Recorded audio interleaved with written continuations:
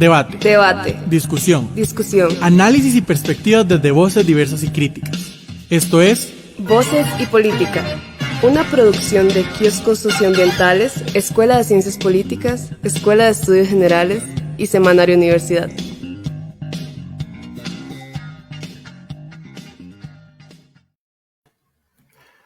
Al ser las 5 de la tarde, les damos la bienvenida a una nueva emisión de Voces y Política desde la 96.7 FM Radio Universidad de Costa Rica.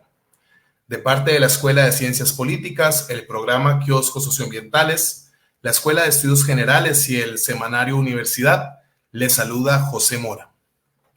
Tenemos en cabina a los compañeros técnicos Víctor Buey y Paolo Marín, y nos acompaña en apoyo en redes sociales el compañero Sebastián Segura. Muchísimas gracias, Víctor, Paolo y Sebastián. Bien, el programa del día de hoy se titula Despojo, Violencia y Colonización en la Musquitia Nicaragüense. Para poder conversar sobre esto nos acompaña Limi, compañero Misquitu, defensor comunitario. Y también nos acompaña Carmen Corea de la Escuela de Geografía. Un saludo a ambos, un saludo Limi, un saludo Carmen, ¿cómo están? Muy bien, muchas gracias José por la invitación, gracias. Muchas gracias a vos. Buenas tardes, muchas gracias por la invitación. Muchísimas gracias a vos Limi y a vos Carmen por estar acá. Les voy a leer un textito pequeño que preparamos desde Voces y Política para contarle a nuestras personas radioescuchas qué es lo que vamos a estar conversando en esta hora de 5 a 6 de la tarde. Bueno, según un informe elaborado el pasado mes de noviembre del año 2023 por el Observatorio de Pueblos Indígenas y Afrodescendientes, OPIA por sus siglas, de Nicaragua, titulado Exclusión, Complicidad y Colonización, Violaciones a Derechos Humanos en Comunidades Indígenas del Musquitia Norte en Nicaragua, los pueblos indígenas y afrodescendientes han mantenido históricamente un proceso de defensa y protección de propiedad de sus tierras y territorios, manteniendo viva esa profunda y ancestral conexión de estos pueblos con sus territorios y la naturaleza. A pesar de que en Nicaragua existen sólidas bases legales y constitucionales destinadas a la protección de los derechos de propiedad de la tierra de las comunidades indígenas, como en la Musquitia, las violaciones a derechos humanos persisten. Esto es lamentable y en definitiva preocupante, ya que la misma Constitución de Nicaragua confiere un estatus especial a las comunidades indígenas en la Musquitia y reconocen su derecho al uso y disfrute de los recursos naturales, incluyendo al agua y los bosques, dentro de sus territorios ancestrales. Lo cierto es que a lo largo de estos años, las comunidades en la Musquitia de Nicaragua han sufrido amenazas y agravios constantes. Estos incluyen usurpación ilegal de tierras comunales, actos de violencia dirigidos hacia líderes y defensoras de derechos de la tierra, presiones coercitivas para permitir la invasión de territorios, y en general un estado de abandono, desprotección y vulnerabilidad dados por una falta de respuesta adecuada por parte de las autoridades estatales. En el informe se analizan casos detallados sobre criminalización de personas defensoras, violaciones al derecho de la institucionalidad y organización de los pueblos, violación a derechos territoriales, utilización de la fuerza y la coerción, género y violencia intrafamiliar, así como grandes conclusiones y balances sobre los derechos territoriales a su propia organización, el papel del Estado y otros. Bueno, dentro del informe hay otras discusiones metodológicas muy interesantes que podríamos tratar en algún otro programa de radio en el futuro, como lo son las premisas éticas, como que las comunidades no son un objeto de investigación, sino un sujeto social con su propia agencia y política, por lo que resulta muy problemático que se realicen investigaciones sin que retornen a los pueblos y comunidades. Sin embargo, hoy queremos profundizar sobre las situaciones que se relatan y analizan en el informe y un balance de la situación actual, es decir, de este 2024, cómo está la cosa por allá. Y por acá también, pues. Les recordamos que nos están escuchando por la 96.7 FM Radio Universidad de Costa Rica, también a través del Facebook de Radio Universidad y el Facebook de Voces y Política. Y esperamos su participación en nuestras redes sociales o por medio de llamada telefónica al número 2234-3233. Muy bien. Vamos a comenzar con el primer bloque que le hemos titulado Contexto, la región autónoma de la costa Caribe Norte. Les voy a pedir a Carmen y a Limi, si están por ahí, que nos cuenten un poquito, especialmente a Limi, si nos podés contar sobre esto que se conoce como la región autónoma de la costa Caribe Norte. ¿Cuál es su extensión? ¿Dónde está ubicada? Entiendo que hay una cantidad bastante importante de pueblos originarios. ¿Cuáles son esos grupos culturales? Y sí, un poco ese contexto general, si nos pudieras ayudar, Limi, para entender el espacio del que estamos hablando el día de hoy. Sí, no, muchísimas gracias, José. En principio, las regiones autónomas ocupan todo lo que es la plataforma del Caribe en Nicaragua. Es una línea costera de más de 700 kilómetros, pero el territorio que ocupan los distintos pueblos históricamente se ha reconocido que son aproximadamente 64.000 kilómetros. Eso es casi el 55% de la superficie terrestre de Nicaragua, pero lo que está reconocido por el Estado es aproximadamente 37.000 kilómetros, lo que equivale aproximadamente a un 34% del territorio nicaragüense. Y eso pues va desde el río Coco, en la frontera con Honduras, la Mosquitia hondureña, hasta cerca del río San Juan, en la frontera con Costa Rica. Es toda la costa, partiendo del país prácticamente a la mitad. Entre el 2007 y el 2014 se titularon 23 territorios indígenas. Hay un territorio indígena todavía que no está en titulación, que es el territorio, es un territorio afrodescendiente, es el territorio creol de Bluefield, porque el Estado no reconoció la extensión territorial que los afrodescendientes de Bluefield estaban exigiendo. Incluso hay un proceso, digamos, un proceso en marcha ante la Comisión Interamericana de Derechos Humanos, donde pues hay una demanda desde las autoridades del territorio para que el Estado de Nicaragua pueda reconocer ese territorio, ¿no? que se hizo pues en la solicitud de demarcación. Es muy importante tener en cuenta también que en esta región existen 5 pueblos, digamos. Están los Miskitos, que es el grupo indígena más grande en términos de población y en términos también de área de territorio. Está el pueblo Mayangna. Son 9 territorios indígenas los Mayangna. Es una población relativamente menor que el pueblo Miskito. Sin embargo, aparte de su valor en sí, digamos, como pueblo, una gran característica que tienen es que comparten o viven en lo que es la reserva de biosfera de Bozaguá. Más del 70% del territorio inicial, digamos, de lo que fue el decreto que creó la reserva de Bozaguá, que son 2 millones de hectáreas, pertenecen a este pueblo, al pueblo Mayangna. Luego tenemos también el pueblo Rama, es un pueblo que está al sur del país, al sur de la costa Caribe, al sur incluso de Bluefield. Es el pueblo indígena más pequeño y es uno de los pueblos indígenas en una situación, digamos, de vulnerabilidad muy crítica, no solo a nivel de Nicaragua, sino a nivel mundial. Una de las cosas que tiene, digamos, en una situación muy preocupante es la lengua. Muy pocos indígenas hablan su lengua. Es una lengua muy, muy rica, muy diversa en conceptos y en representaciones, digamos, de distintas cosas que rodean el entorno. Y también hay otros 2 pueblos afrodescendientes.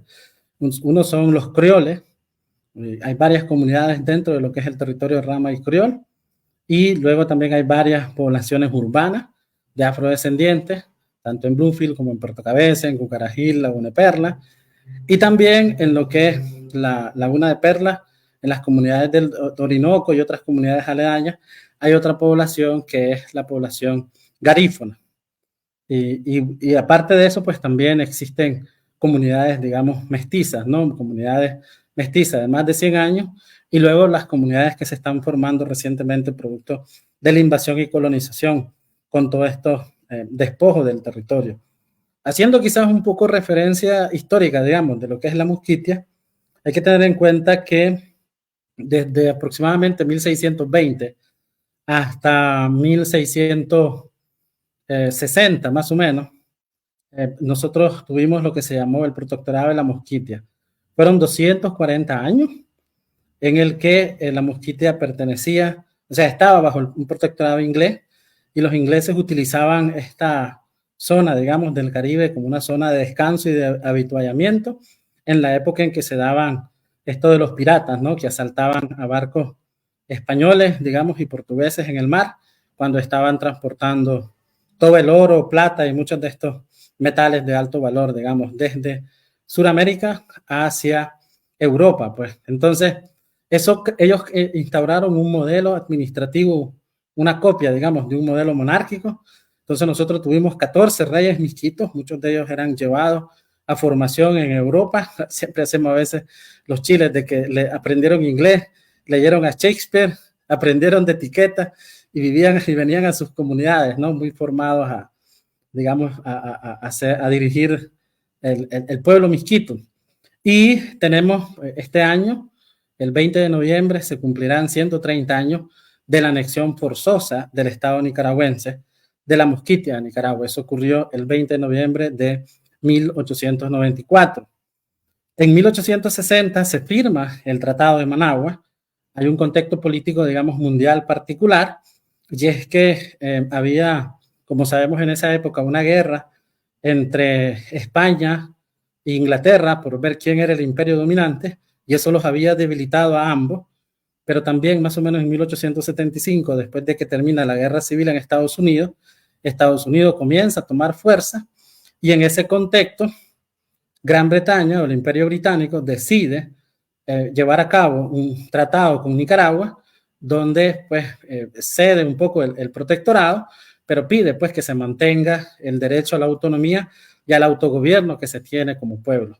Basado en ese acuerdo y en la historia, digamos, previa a este tratado, hay muchos pensadores misquitos que hablan de que el pueblo misquito en realidad ha sido una nación negada, que es un poco parecida, digamos, a la historia de Belice, que sabemos que se independiza en la década de 1980, por ahí, o sea, recientemente, ¿no? Y esa anexión forzosa fue muy violenta, persiguieron a las autoridades políticas, les confiscaron sus bienes, hubo muchas matanzas, o sea, gran parte de lo que estamos viviendo hoy nosotros, 130 años después, lo vivieron nuestros tatarabuelos, pues, hace 130 años, con esto de la anexión forzosa. Posterior a eso, en 1905, se firma el Tratado Harrison-Altamirano, esto ya es con Estados Unidos, y lo que iba buscando básicamente era crear un marco legal que permitiera, digamos, la instauración del modelo económico de la economía de enclave, que comienza ya en 1910, 1915, 1920, digamos, y ese sistema llegó hasta casi 1970, y es donde empieza la explotación o el extractivismo, digamos, en las regiones autónomas. Se aprovechaba bienes del mar, como la langosta, mucho oro, lo que hoy se conoce como el Triángulo Minero, comenzó más o menos en 1935, 1930, con las 3 minas, una en Bonanza, una en Rosita y otra en Ciuna, que es el mayor centro minero incluso en la actualidad, pero también se sacó mucha madera preciosa. Hubieron también plantaciones de banano, incluso hubo un tren que conectaba una de las plantaciones con la ciudad de Puerto Cabeza. Si uno llega a la ciudad de Puerto Cabeza, al centro de la ciudad, hay una laguna. Esa laguna es una laguna artificial creada para curar madera y poder luego embarcarla en barcos, pues, para exportación internacional. Y todo ese tiempo en las comunidades se recuerda como algo bueno, en el sentido de que la gente dice, había trabajo, y muchos de las personas que trabajaron más de 10 años en este sistema económico tuvieron pensiones, pensiones que, bueno, llegaron hasta su vejez. Yo conozco incluso gente, pues, que ya de 90, 80 años que seguían recibiendo pensiones después de más de 40 años que había acabado este modelo. Pero lo cierto es que a nivel político, la constitución política de la época no reconocía la existencia de los pueblos indígenas. Todo ese territorio le llamaban tierras baldías. Entonces cualquiera podía ocuparse, cualquier empresa podía tomar tierra y era el modelo, pues, que creó esta anexión forzosa. Ya más o menos en 1960, en una cooperativa, una asociación de productores en el río Coco, que se llamaba CARIC, empieza un poco el tema de nosotros también somos un pueblo, tenemos derechos, necesitamos pelear por nuestros derechos, y luego a mediados de esa década se crea lo que fue Alprumiso, una especie de alianza para el progreso que se le llamaba, una mezcla entre miskito e inglés, porque había apoyo también de algunas organizaciones estadounidenses, y eso lleva a un movimiento político, obviamente un poco también inspirado, pues, en las luchas que había en esa época en América Latina de la izquierda, ¿no? En varias partes del mundo. Entonces, hay un enfoque de derechos humanos, digamos, que se defiende el derecho al territorio, el derecho a la cultura, el derecho a una organización propia, y eso, pues, poco a poco va creciendo, y ya en algún momento se simpatiza con el Frente Sandinista, que en esa época estaba en oposición luchando contra la dictadura de Somoza, y se crea lo que era, digamos, una unidad de los distintos pueblos. Primero Misurasata, y después, primero Misura, y después Misurasata. Entonces, cuando el triunfo de la revolución, lo que existía era Misurasata. ¿Qué es lo que pasó después? Una vez que se instala, digamos, el Frente Sandinista en el poder, hay que tener en cuenta que el Frente Sandinista ha tenido una vocación autoritaria histórica, pues, desde su nacimiento, donde los pueblos indígenas poco se les ha tomado en cuenta debidamente. Entonces, cuando se da la campaña de alfabetización nacional, eso representó un impacto muy grande en la vida de las comunidades indígenas. Y también en el marco de la economía estatal, digamos, de la economía centralizada, se desarraigó a mucha gente de sus comunidades y los pusieron en lo que se llamó en asentamientos. Por ejemplo, el territorio de Tasbaprí, su origen está en esa época, con un asentamiento que es en la comunidad de Sasa. Varias comunidades, por ejemplo, la comunidad de mi mamá, que se llama San Nilaya, fue otro asentamiento, una comunidad enorme que habían traído muchísima gente de muchos lados. Y eso fue, digamos, una primera clara violación de los derechos a los pueblos indígenas, porque los desarraigaron de forma forzosa.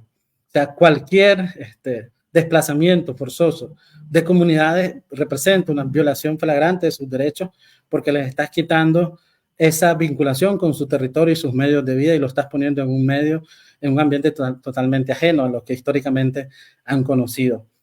Eso llevó un poco, digamos, a que los movimientos políticos de la Mosquitia se sumaran a la contrarrevolución y se sumaran también a la guerra, que luego lleva más o menos en 1987 a la negociación para aprobar una nueva constitución política, y en ese marco, pues, el Frente Sandinista hizo un reconocimiento de los errores que estaban cometiendo y reconoce a los pueblos indígenas.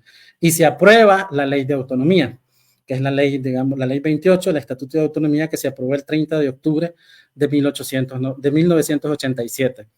¿Qué es lo que pasa? Hay muchas deficiencias en la ley, viéndolo en retrospectiva hoy en día. Y una de las deficiencias más importantes es que es un modelo de autonomía basado en una política de Estado descentralizada, de arriba hacia abajo. No es un reconocimiento de las formas tradicionales de organización de las comunidades. Entonces, estructuralmente, lo que es una copia pequeña del Estado y no una representación de las comunidades indígenas, por un lado.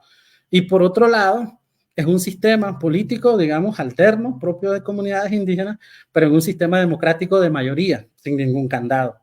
Entonces, el proyecto de autonomía a nivel político, desde su concepción, ha tenido esas deficiencias, digamos, y nunca se han creado los candados políticos para generar un proceso de autonomía fuerte, pues.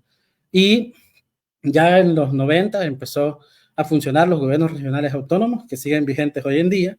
Del 90 al 2000, 2004, a mi punto de ver, fue una época muy importante en la que se pudo avanzar mucho, pero la gran mayoría de los políticos de la época, a nivel de las comunidades indígenas, eran excombatientes, exguerrilleros, o sea, no sabían de administración pública, pues. Entonces eso también llevó a que no se pudiera aprovechar ese momento tan importante. Y en 1999, más o menos el 2000 por ahí, una comunidad indígena, la comunidad de Huastigni, demanda al gobierno del entonces presidente liberal Arnoldo Alemán por haber aprobado una concesión dentro de su territorio sin su consentimiento a una empresa coreana que se llamaba Solcarsa, y eso llevó, digamos, a una demanda contra el Estado de Nicaragua en la Corte Interamericana, y en una de sus recomendaciones es que se demarquen los territorios indígenas. Eso dio lugar a la aprobación de la ley de demarcación y titulación, la ley 445, en agosto del 2003, y el posterior proceso de titulación. Sin embargo, en este momento, el proceso de titulación tiene 5 etapas. La quinta etapa, que es el saneamiento de los territorios indígenas, que básicamente es definirlos, quién tiene derecho, qué persona que no es indígena, que no es hijo del territorio, alega derecho, y evaluar pues en un proceso amplio para ver qué derechos tienen y tomar distintas medidas para sacarlos, desde el desalojo, está contemplado incluso también otros modelos como compensación y desalojo, pero en colaboración con las comunidades. Entonces ese proceso no se ha llevado a cabo, y desde el 2009 más o menos, que empezaron las primeras invasiones a varios territorios, no ha habido un proceso de judicialización de los responsables, y eso ha sido un círculo perverso que ha llevado a que la colonización avance tanto que incluso en este momento, de esos 37.000 kilómetros cuadrados de territorio titulado a favor de las comunidades, aproximadamente unos 15.000 kilómetros cuadrados, o sea, 1,5 millones de hectáreas, está tomado por colonos en territorios con reservas naturales como Bozaguajo, Indio Maíz, o territorios pues que no son parte de reservas, pero que son tierras indígenas, pues. Y eso ha generado mucha violencia, mucha destrucción de la vida de las comunidades. Se han quemado comunidades, se han asesinado indígenas, se han secuestrado personas, y está llevando, digamos, a una situación de migración forzosa de centenas y centenas de familias. Y eso se puede ver en varios países de la región, como en Honduras, en Centroamérica, en Costa Rica, en Panamá, pero también en Estados Unidos. Pues. Eso, digamos así, es grandes rasgos, un poco la historia de la mosquitia. Buenísimo, ¿no? De hecho, esa última parte que estabas mencionando, podríamos volverlo a tocar ya en miras al último bloque, ¿verdad? Esto que estabas mencionando de la migración y todo esto que, digamos, es como la coyuntura más reciente. Pero gran línea del tiempo, Limi, nos acabas de compartir, y yo tengo algunas preguntas. Sin embargo, por cuestiones de tiempo, espero podértelas ir haciendo un poco más adelante en el programa, como si pudieras profundizar en algunas cuestiones que mencionaste y que me llamaron mucho la atención. Sin embargo, me gustaría más, si ustedes están de acuerdo, que vayamos pasando, después de esta contextualización general que nos acaba de hacer el compañero Limi, a una segunda parte del programa, que es la que hemos titulado El neoextractivismo en la Musquitia.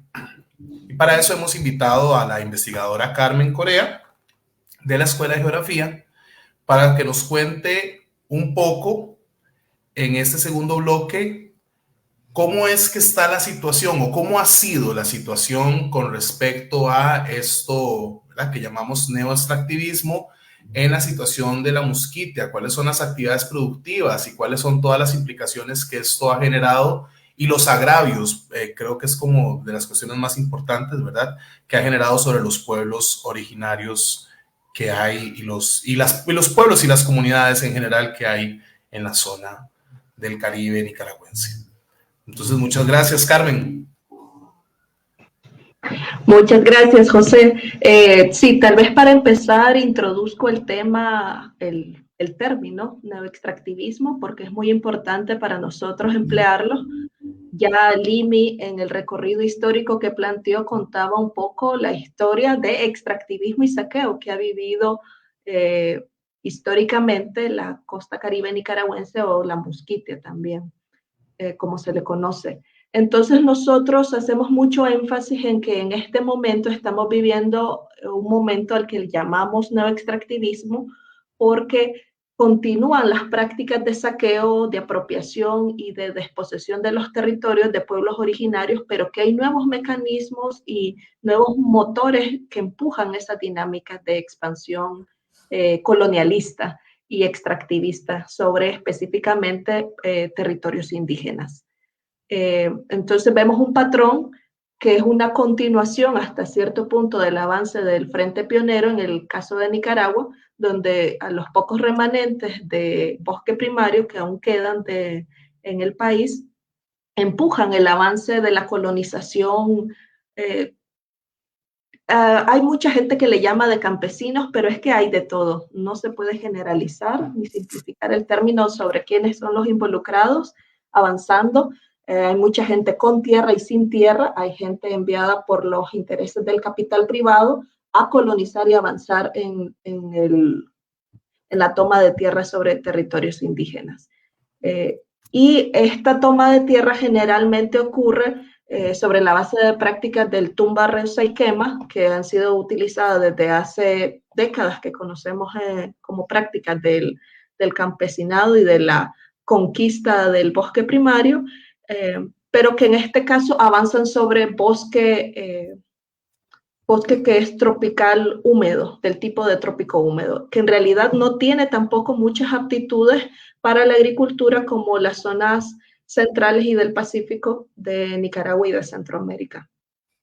Sin embargo, conforme se da el avance de la colonización, en nuestras investigaciones hemos encontrado que la colonización ocurre en paralelo prácticamente a la instalación de grandes inversiones del sector privado, que generalmente tienen que ver con inversiones mineras, sobre todo extracción de oro, pero también ocurre establecimiento de plantaciones de café robusta, plantaciones forestales, específicamente de teca, y hacia el Caribe Sur encontramos palma africana.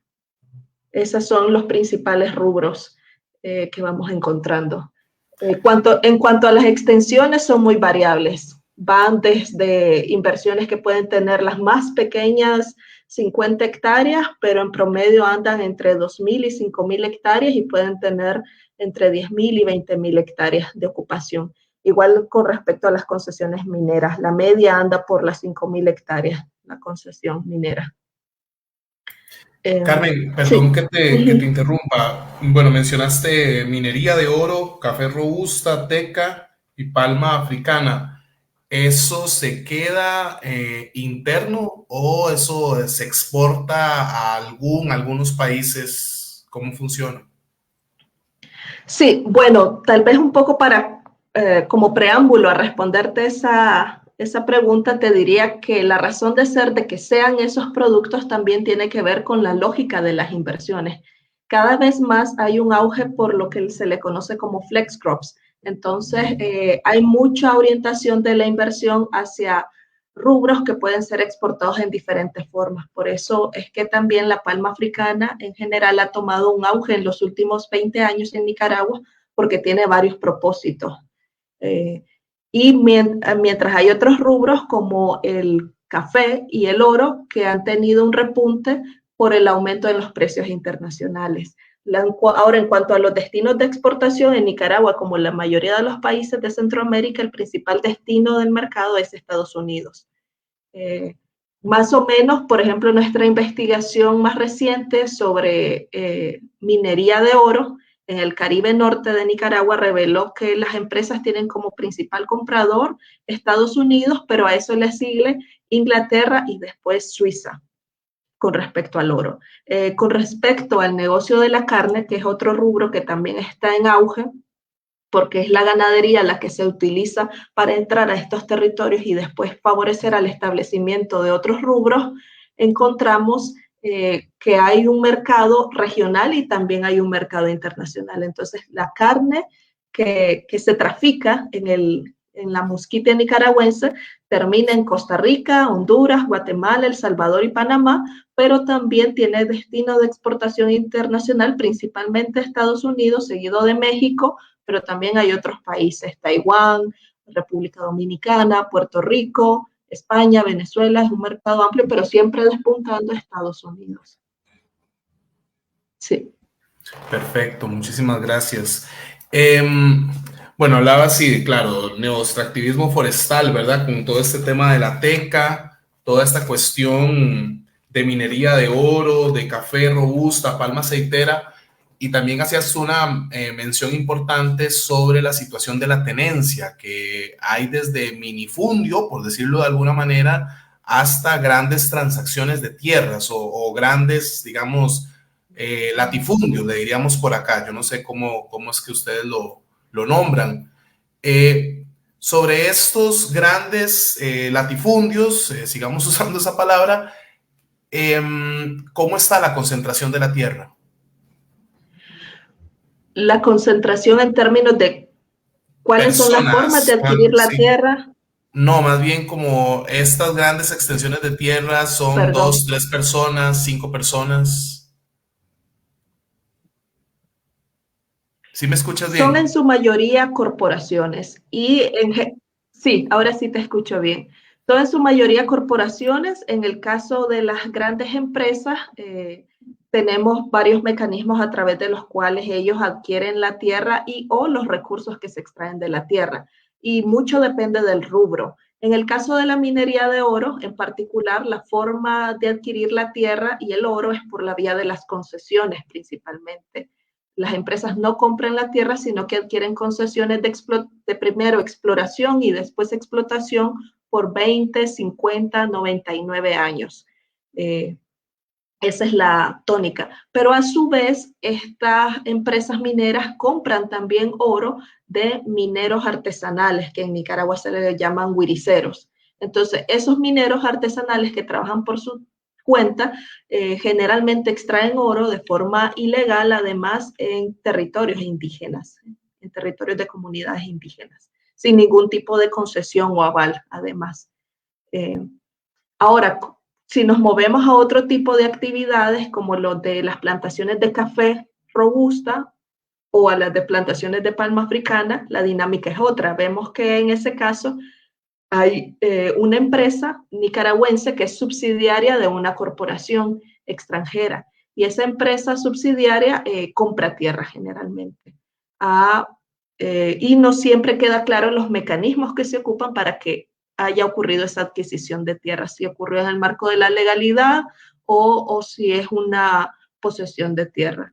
Y como tampoco la legislación nicaragüense protege de alguna forma a los intereses del pueblo en general, es difícil obtener información que permita regular a estas instituciones, porque más bien están protegidas por las autoridades estatales y municipales también. Perfecto. Quizás un par de comentarios en ese sentido. Me parece que esta investigación de la que está comentando Carmen, Despojo, Violencia y Colonización, tiene un título muy acertado, porque ¿qué es lo que pasa? Por ley, la tierra, la propiedad comunal o la tierra que tienen los pueblos indígenas no se puede vender. O sea, hay una serie de principios que regulan, digamos, la propiedad colectiva. Una es que no es posible la venta. Otra es que no es posible el embargo. Otra es que el derecho a la propiedad colectiva no se vence en el tiempo.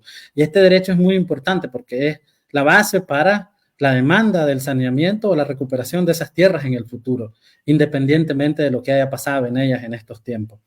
Sin embargo, como cuando están en control y dominio de los pueblos indígenas no se puede vender, entonces usan la colonización para despojarla y transformar la propiedad, digamos, colectiva en propiedad privada, cuando el colono ya la está ocupando, y ahí comprarla. Y entonces ahí sí va atrás el Estado también, responsable, ¿no?, de esas concesiones, y muchos de los compradores o de los socios de esta inversión internacional son, digamos, inversionistas que son políticos, pues, o muchos empresarios ligados al poder en este momento, pues, en el país. Por otro lado, con esto del ganado, es importante también mencionarlo, como se ha podido ver, digamos, en este documental muy importante, Patrullaje, que plantea un poco la situación, digamos, en el territorio indio maíz, como por ejemplo, hay empresas costarricenses exportadores de carne, como el grupo CISA, donde está el Arreo, entre otras, que están criando y traficando con ganado, digamos, que es criado dentro de reservas indígenas y luego lo están exportando hacia otros países o comercializándolo en Costa Rica, ¿no? Probablemente mucho del rico almuerzo de hoy de carne de res procedía de territorios indígenas en Nicaragua, pues. Y eso es una realidad a la que se le debe poner un poco de mente, porque creo que, digamos, si hay más información, el consumidor también con sus decisiones puede generar algún tipo de condicionamiento, ¿no?, a este tipo de negocio que está afectando a los territorios indígenas. Y, por ejemplo, las ventas de carne de Estados Unidos andan aproximadamente por el 60%, pero, por ejemplo, en México ha pasado del 10 al 20% en los últimos 15 años, y en Costa Rica se ha aumentado casi un 8%. Entonces, ¿qué es lo que pasa? Que el mercado centroamericano, principalmente Costa Rica, El Salvador y México, se han consolidado como uno de los nichos más importantes para las exportaciones de carne de origen nicaragüense. Entonces, no solo es, digamos, el mercado internacional gringo, europeo o asiático, sino que hay un mercado local muy fuerte en consolidación que está relacionado con la violencia en el territorio. Por ejemplo, las exportaciones totales de carne vacuna andan entre 600 y 700 millones de dólares en este momento. Son casi 340 millones de libras, digamos, de carne de res que se está exportando, o kilogramos, perdón. O sea, más de 1.000 millones de dólares en realidad, lo que se están exportando. El oro es el principal rubro de exportación en este momento desde Nicaragua. Y por otro lado, las remesas internacionales llegaron, digamos, en el año pasado a ser más de 4.000 millones de dólares. O sea, más del 40% del Producto Interno Bruto de Nicaragua. Y eso no había pasado, digamos, de 2.500 millones de dólares en los últimos años. Y ese incremento, ¿a qué se debe? A la cantidad de gente que ha salido de Nicaragua, producto de la crisis que hay en el país y que ahora están enviando remesas al país. Entonces, hay una conexión brutal, digamos, entre lo que pasa en los territorios, con la crisis política, con la migración y todo lo que se está generando. Pues es increíble. De hecho, ahora que hiciste ¿verdad? Como este análisis y estás diciendo este amarre entre las conexiones que hay entre la situación de crisis política, lo que está pasando en los territorios y además todo este enorme proceso de acumulación, ¿verdad? Primitiva parece ser, ¿no? O sea, es como esta lógica de expandir tierras y a costa del despojo de territorios y de personas, ¿no? Sobre la situación actual, Limi, ¿cómo estamos? Y bueno, bien sabemos que ya vamos como ¿hacia cuánto? Hacia 10 años, o más o menos cuánto fue que pasó ya hace 9 años que empezó la crisis, digamos, esta última crisis que hemos estado viviendo en Nicaragua. Desde la última crisis tiene 6 años. 6 años. Sí, 2018. 2018. Ahora en abril se cumplieron 6 años de la crisis política en el país. Sí, y en esos últimos 6 años, ¿qué ha pasado? ¿Cómo está la situación? ¿Y cómo está, digamos, la mosquita en este momento? En términos, digamos, macro nacionales, es bastante claro lo que ha pasado en el país. A nivel de sociedad civil, se han cancelado muchísimas organizaciones de sociedad civil. El lunes se cancelaron 1.500 organizaciones de sociedad civil de una sola vez. En Nicaragua, en el 2018, habían aproximadamente 7.000 organizaciones de sociedad civil y ya hasta este lunes estaban canceladas 3.700 y van de todos los tipos que vos te puedas imaginar, desde derechos humanos, organizaciones políticas, medios de comunicación, defensores ambientales, organizaciones promotoras del desarrollo, centros de investigación, universidades, iglesias, asociaciones religiosas, organizaciones indígenas, de todo tipo han sido canceladas. Y eso, pues, obviamente afecta la capacidad de generar información, de hacer investigación y de promover el desarrollo desde la sociedad civil. Eso por un lado. Por otro lado, ha habido una persecución brutal a los liderazgos políticos, defensores de derechos humanos, liderazgos indígenas, y eso también ha deteriorado, digamos, los distintos espacios de la sociedad civil que son muy importantes para avanzar, digamos, en el desarrollo de las comunidades y de los territorios. Pero por otro lado, también ha habido un proceso, digamos, de cierre de los espacios cívicos a varios niveles, y en el caso de las comunidades indígenas se ha utilizado esta narrativa de que se lucha contra un golpe de Estado, contra la injerencia internacional, para destruir la organización comunitaria, para hacer injerencia en los asuntos internos de las comunidades, imponiendo autoridades o personas afines a la agenda extractivista, y también persiguiendo y recopilando información sobre el trabajo de defensa de los territorios.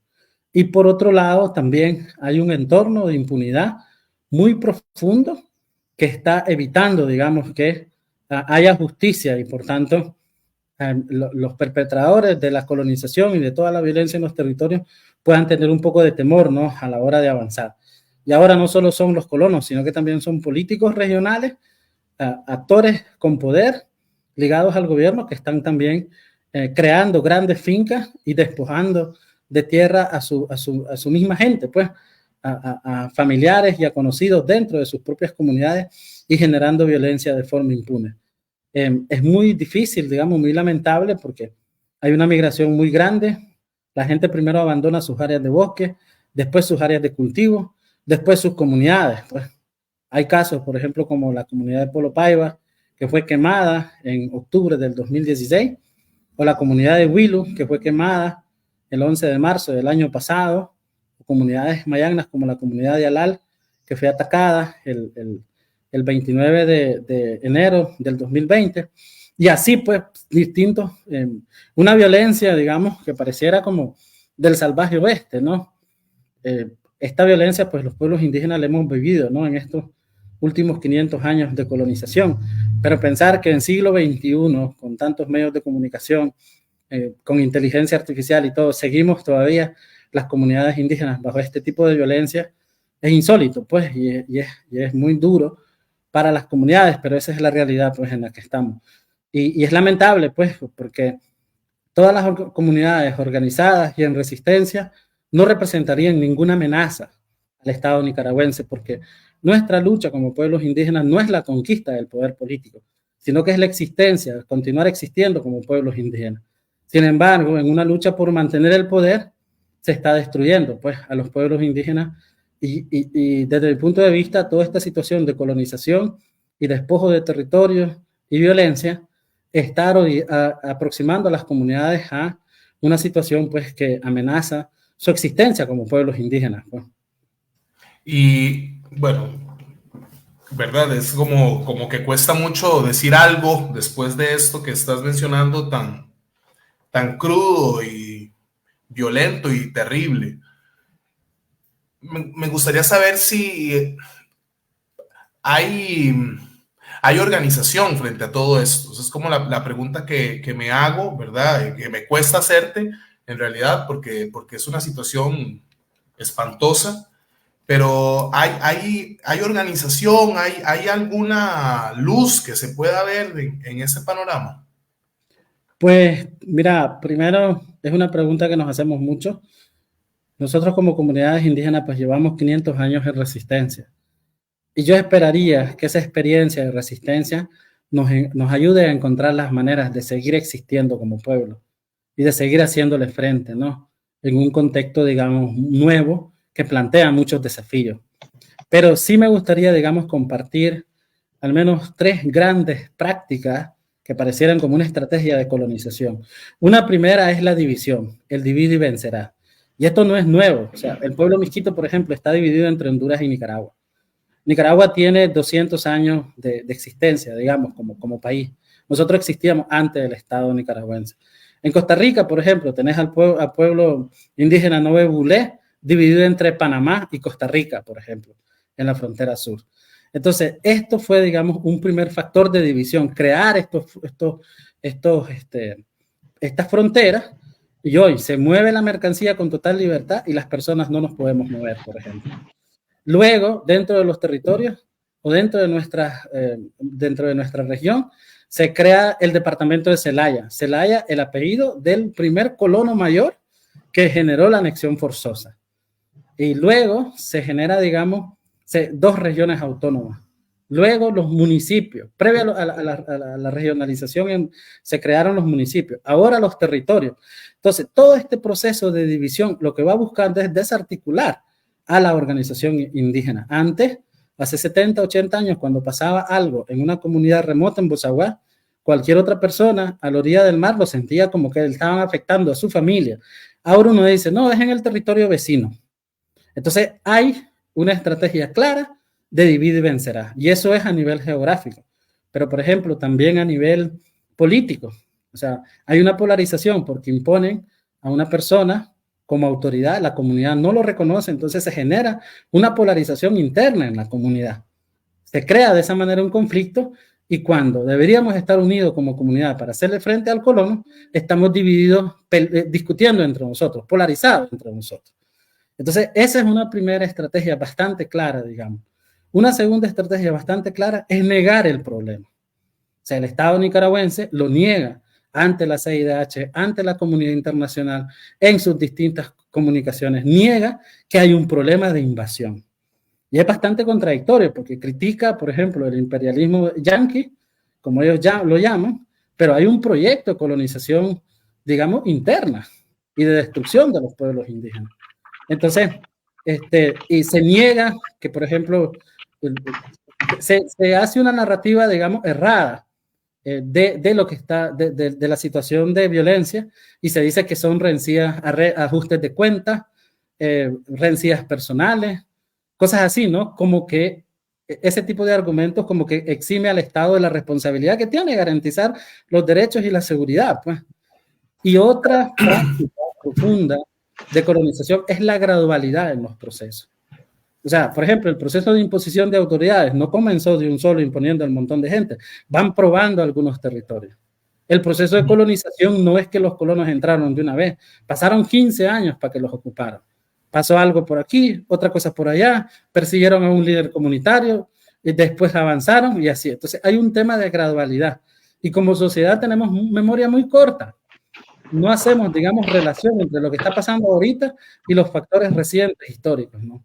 Y el otro factor importante es esta idea, digamos, desde el poder político y cultural nicaragüense de que Nicaragua es una sola, un país homogéneo, digamos, un país, digamos, mestizo, que habla español, pinolero. Por ejemplo, a mí me dicen que soy pinolero, yo no me siento pinolero, yo soy guabulero del pescado con coco, del rey sandwich, pero yo no soy pinolero. Claro. Entonces, está esta visión, ¿no? Y en esa visión, yo te digo, con toda honestidad, o sea, hoy hay una oposición nicaragüense en el exilio. Muchos actores en esa oposición nicaragüense comparten esta visión mestiza, o sea, que la transición a una democracia en Nicaragua no significa que las cosas van a mejorar para los pueblos indígenas. Claro, sí. Sí, frente a esa homogenización de una idea de nación, ¿dónde quedan los pueblos originarios en esa construcción, verdad? Si más bien sería pensar en un Estado plurinacional o pluricultural, ¿verdad? Que reconozca todas estas diversidades. Hay una pregunta que nos hicieron vía telefónica, José María López, y se la vamos a pedir a Carmen que nos responda. ¿Por qué en Nicaragua hay miles de ONG? Sí, en realidad no es que haya, bueno, sí, técnicamente sí, habían hasta 2018 más de 7,000 ONGs registradas en Nicaragua, entre ONGs y asociaciones. Eso es importante aclarar. Y eso se debe a varias razones. Nicaragua en los 90s vivió su proceso de ajuste estructural y acababa de transicionar una década de guerra civil. Entonces, eso significó para Nicaragua que fue un receptor de muchos fondos de cooperación al desarrollo. Y muchos de esos fondos de cooperación al desarrollo a su vez se tradujeron en la constitución de muchas ONGs que vinieron a cumplir con las necesidades de poblaciones en situación de desventajas que el Estado ni podía porque no tenía la capacidad de resolver, ni de alguna forma atendía, como la situación del campesinado, de mujeres indígenas y en algunos contextos de algunos grupos indígenas. Entonces, eso le dio mucha fuerza y mucha legitimidad al sector de las ONG en Nicaragua en los 90s y en los 2000, y se vino a reforzar con los efectos de muchos incidentes, desastres naturales como el huracán Mitch y posteriormente el huracán Félix, etc. Ahora bien, la segunda parte de la respuesta sería, hay que tomar en cuenta que la mayor parte, más de la mitad de esas figuras de asociaciones registradas en Nicaragua corresponden a asociaciones del tipo religiosa, es decir, denominaciones religiosas, iglesias evangélicas de todo tipo, pero principalmente protestantes, y también asociaciones de sociedad civil, de clubes deportivos, hípicas, de todo tipo. Entonces, prácticamente la apuesta que está teniendo el gobierno de Nicaragua actualmente es eliminar por completo cualquier forma de asociatividad independiente de la sociedad civil nicaragüense. Entonces, por eso, a eso responde el número tan alto de miles de ONGs en Nicaragua. Claro, claro. ¿Quisieras añadir algo más? O más bien les voy a, porque nos quedan solo 5 minutos de programa. Si vamos haciendo un cierre, ¿verdad? Carmen y Limi, del programa, ¿verdad? Este programa siempre se nos va volando, ¿verdad? Nunca alcanza el tiempo. Entonces, vamos haciendo una especie de cierre de qué le podemos decir a las personas radioescuchas, quienes nos están escuchando el día de hoy, que posiblemente nos van a escuchar otro día, porque esto queda pues colgando en redes sociales, sobre esta situación que hemos estado conversando en esta tarde de miércoles. Entonces, un minutito para cada uno, tal vez Limi y Carmen.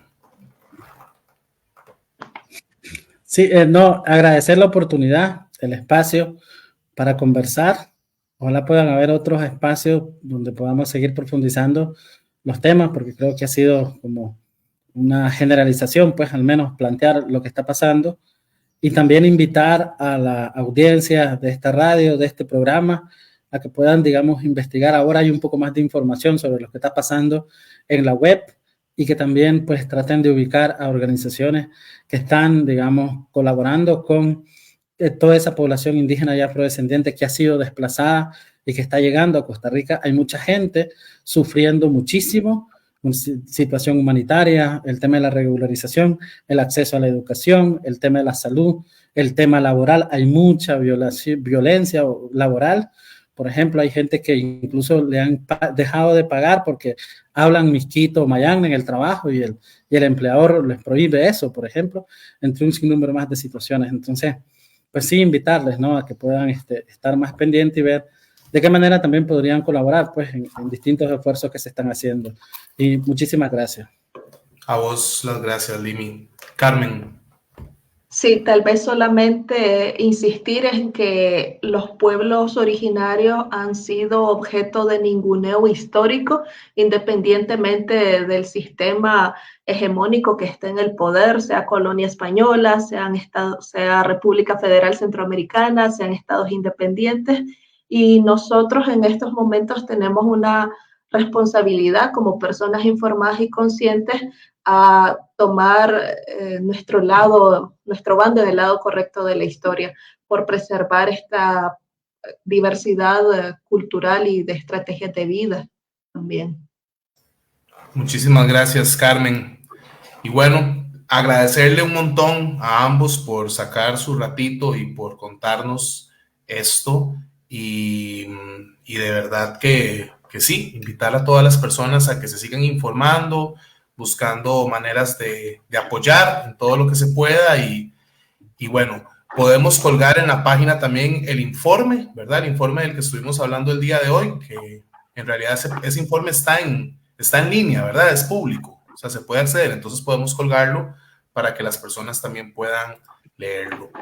Y bueno, cerramos entonces el programa del día de hoy. Y nada más recordarles que porque creemos en la autonomía universitaria, defendemos la educación superior pública y luchamos por una acción social comunitaria desde la U que acompañe los procesos comunitarios en defensa del ambiente. Nos despedimos, agradecemos su sintonía y nos estamos encontrando en una nueva edición de Voces y Política en la próxima semana. Muchas gracias y buenas tardes. Debate. Debate. Discusión. Discusión. Análisis y perspectivas desde voces diversas y críticas. Voces y política. Una producción de Kioscos Socioambientales, Escuela de Ciencias Políticas, Escuela de Estudios Generales y Semanario Universidad. Escúchenos todos los miércoles a las 5 de la tarde aquí en Radio Universidad.